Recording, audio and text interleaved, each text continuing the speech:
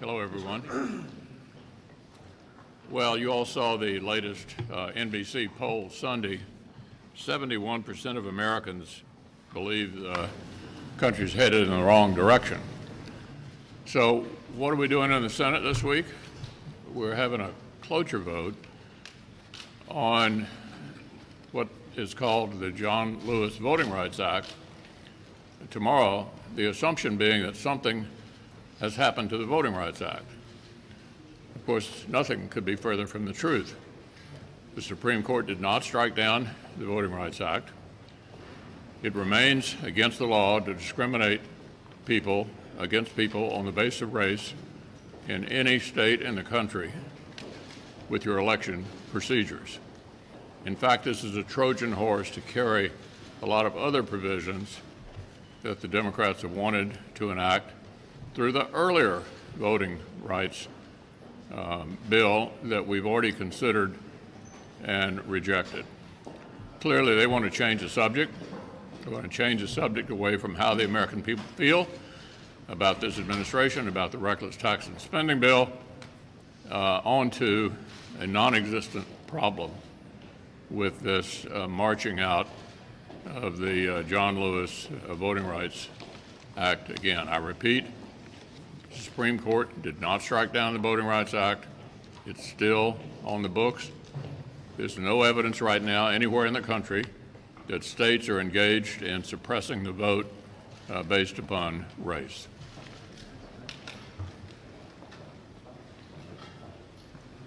The Biden administration is overseeing the worst border crisis in America's history. Before it's all said and done this year, there will be over 2 million people, or about 2 million people, who will come into this country illegally. And now, to make matters worse, the administration is considering paying people who are here illegally and are suing this country $450,000 per person to come into the United States.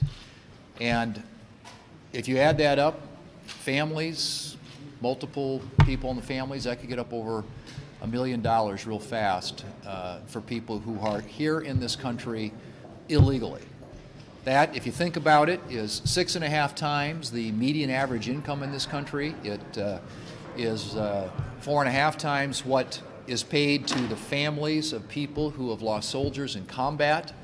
It is more than most of the families in 9/11 received from the government. This, ladies and gentlemen, is an insult to the hardworking taxpayers in this country. The Biden administration's ideas, there isn't a day that goes by around here where there isn't a horrible idea that comes out. And we've been dealing with that on a daily basis now for the past several weeks. But this is an idea that just is got to be done away with.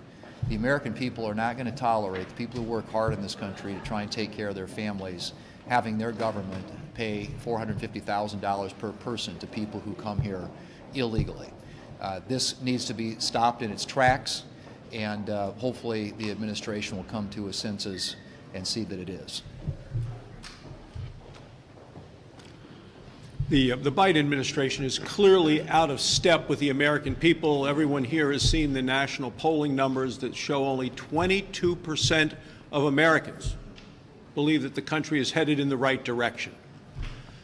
The American people know what their concerns are, and they're very different from the misguided obsession of the Biden administration. The American people are really worried about inflation and how it's taking a bite out of their paycheck every week, so their dollars don't go as far. Instead, the Biden administration wants to raise trillions of dollars in taxes and trillions of dollars in spending. The American people are concerned about the fact that when they go to fill up for a tank of gas, it's costing $35 more to fill the tank than it did when Joe Biden came to office. And instead, Joe Biden is over in Scotland apologizing for America and wanting to raise the cost of American energy. The American people want this flood of illegal immigration going on at the border, the southern border, to stop. And the administration wants to pay $450,000 to people who came here illegally, which is 4.5 times as much as they pay to a family like that of Riley McCullum, the soldier from Wyoming who was killed in Afghanistan, along with a total of 13 soldiers at the end of the fall of Afghanistan. And this administration must think that the American public love the IRS because the administration wants to pay an additional $80 billion to the Internal Revenue Service. They want to supersize the IRS. And then this supersized IRS will do more auditing and more squeezing of the American people for taxpayer dollars. The American people have lost confidence in this administration, and they don't believe that the president or this administration is up to the job.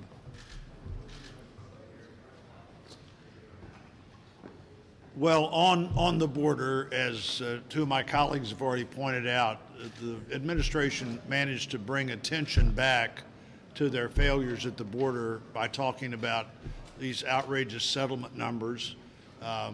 The contacts at the border in the first 9 months have been 5 times as high as they were during the Trump administration in the year when the Trump administration was most challenged at the border. 1.5 million encounters already this year. Fentanyl seizures are up about 2.5 times what they were a year in 2020 on a monthly average. From day one, when the administration decided we're going to stop building the wall. In fact, we're not even going to replace the wall if it's temporarily down while a barrier was being built to replace it. We're going to stop all of that. There are more than one place along the border where essentially those big gaps in what had been previous border barriers have become a funnel that both people and illegal substances are coming through. This is a crisis, even though on November the 19th, the nominated head of the Customs Service refused to say it's a crisis. Americans know it's a crisis. Drawing attention to it is a good thing for looking at the problem. It's a bad thing for the Biden administration when people begin to look at this problem and a number of others. Every year for the past 60 years, this Congress has passed the National Defense Authorization Act. And yet we have not seen the NDAA brought forward on the floor of the Senate. The Senate Armed Services Committee passed our version of the bill 3 months ago. One of the most important legislative items that we are responsible for and our nation is responsible for is to provide for our men and women in uniform and for our nation's defense. And yet this administration and Leader Schumer are abdicating our authority. Let's just take a look around the globe at what's going on. China is testing hypersonic missiles. Russia is exerting pressure on Ukraine. Iran is exerting influence across the region, as is North Korea in their region. The Taliban now has control of Afghanistan, providing safe harbor for terrorist organizations. And our southern border is wide open, folks. Who is providing for our national security? And how will we get that done if we are not able to get the NDAA over the finish line? So I am calling on Leader Schumer to set aside floor time. Instead of doing all of these low-level nominations, let's make sure that our federal government is providing the authorities necessary for our military, our men and women in uniform, to protect our nation.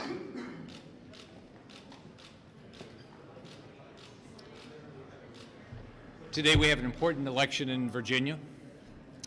I'm very hopeful that Glenn Youngkin will win the race. I think what Terry McAuliffe and Democrats are going to learn tonight is that American public is fed up with the Biden agenda. They're fed up with open borders. They're fed up with amnesty. They're fed up with our schools teaching critical race theory. They're fed up with a failed Afghanistan withdrawal. They're fed up with high gas prices, food prices, defunding the police. I think this is going to be the first of many elections where the American public are going to say, we are sick and tired of the Biden agenda. Leader McConnell, Yes, Jeff. good afternoon. Yep. If the House goes ahead and passes this social spending bill, bounces it over here, obviously there would probably have to be changes. You know how things always work with the Burr rule and everything else. So what would we anticipate from Republicans to try to throw, gears in the process here during a vote-a-rama to try to mess with that bill to make it harder for the House of Representatives to process that bill when it goes back? Well, I think we all know there are two Democratic senators that are going to be able to write this bill. Joe Manchin and Kirsten Sinema will determine what the bill looks like. There is a process for amendments, and you can be assured that we'll have a robust amendment process during the vote-a-rama. But I think we all know, and I think the House knows as well, that Manchin and/or Sinema are going to write the bill. And then I would observe this seems to be quite a challenging exercise for them. I'm glad it is. This is a bill America does not want and does not need. The ideal solution would be to not pass it. But if it's to pass, it'll be written by Manchin and/or Sinema. Leader McConnell. Yeah. One of the most popular polling-wise provisions that was in that bill was the paid family leave provision. It doesn't seem like that's going to be in the final version. Is there any version of a paid family leave proposal that Republican senators would support or that you would support should it come up sometime down the line? Look, if I were the majority leader and we were setting the agenda, that'd be a good discussion to have. But we're not setting the agenda. We're reacting to what they're proposing, and that seems to be challenging for them as well. Leader McConnell, based on the way the bill is written today, how would you expect it to score, and how would that affect the process, even if it is scored this week? With your mask on, I'm having a hard time hearing you. I was asking, based on the way the bill stands today, how would you expect it to score? Well, I don't know how the bill stands today. Do you? I don't have a clue. I'm pretty sure Without additional change. many of the Democrats are not sure what it looks like either. And what it does seem to me is if the House passes the reckless taxing and spending bill, that won't be the final word. I think whatever can get out of the Senate, if anything can, and I'm still hopeful that it can't, will probably be the final bill. All right, folks, thank you so much for joining us here at Golden State Times. If you're new to the channel, we encourage you to subscribe by clicking that middle button. Also, check out our previous video by clicking the video on the right, or a video you might enjoy by clicking the video on the left. Also, don't forget to click the thumbs up button and share this video on social media. Peace.